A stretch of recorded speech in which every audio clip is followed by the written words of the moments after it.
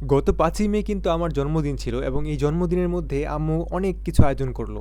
তো আজকে আপনাদেরকে সেগুলো এক এক করে দেখাবো। এখন বাজে রাত ১২টা, ১২টার দিকে আম্মু আমাকে উইশ করলো, আম্মু এবং আমার ছোট ভাই। এবং দেখতে পাচ্ছেন এখানে খুবই দারুণ একটা কেক এনে রেখেছিল আম্মু।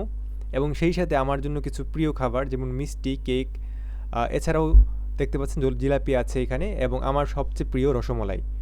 রসমালাই খুবই প্রিয় একটা মিষ্টি আমার। রাতের বেলা রাত ১২টার দিকে আমরা বসেছিলাম কেক কাটার জন্য। দেখতে পাচ্ছেন এই কেকটা নিয়েছে ৳৬০০। তো কেকটা কিন্তু আমার খেতে খুবই দারুণ লেগেছিল। আপনাদেরকে সামনে দেখাবো। এবং এই যে দেখতে পাচ্ছেন আম্মু এসে বসেছে আমার পাশে। এবার আমরা কেকের মোড়কটা ছাড়িয়ে নিচ্ছি এবং আমার ছোট ভাই ক্যামেরা ধরেছে। বাইরে কিন্তু প্রচুর বৃষ্টি হচ্ছিল তখন। ৫ই মে বেশ ভালোই বৃষ্টি শুরু হয়েছিল বাইরে। দেখতে পাচ্ছেন আম্মুর সাথে আমি কেকটি কাটছি। তো এই যে কেকটা দেখতে পাচ্ছেন এটি কিন্তু খেয়ে আমার কাছে খুবই ভালো লেগেছিল। আমি ১ম ভেবেছিলাম যে তেমন একটা ভালো লাগবে না।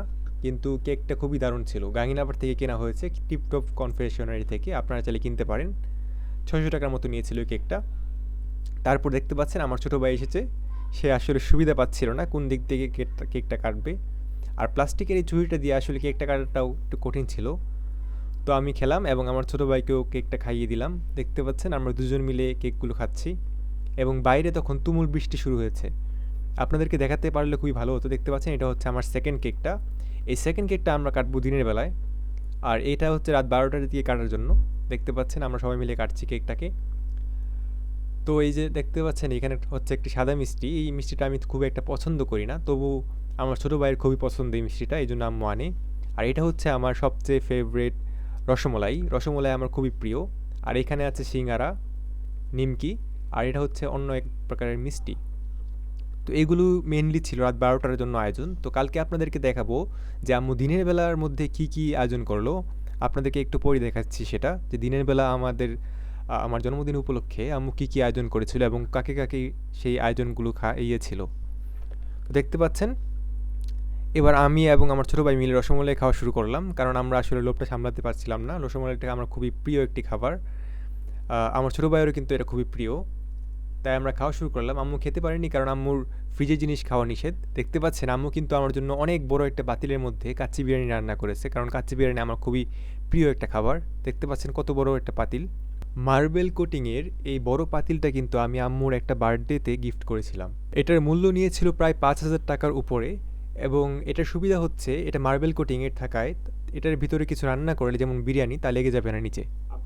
আপনারা চাইলে এটা কিনতে পারেন। দেখতে পাচ্ছেন এই বিরিয়ানিগুলো অন্য একটা পাতিলে নিয়ে আমরা দিয়ে আসবো আমাদের ফুফা ফুফু জ্যাঠা জেঠি অনেকে আছেন তাদের জন্য, তারা পাশের বাসায় থাকেন। আম্মুর কাচ্চি বিরিয়ানিটা কিন্তু খেতে খুবই দারুণ হয়েছিল এবং এজন্যই আমি আম্মুকে বলেছিলাম খুব বেশি করে রান্না করতে যেন আমি তৃপ্তি সহকারে খেতে পারি এবং ওই দিন খেতেও পেরেছিলাম অনেকটা কাচ্চি বিরিয়ানি। বিরিয়ানির পর আম্মু আমার জন্য কোল্ড ড্রিঙ্কস এনেছিল সেটা খেলাম এবং এরপর আমরা সেকেন্ড কেকটা কাটা শুরু করলাম।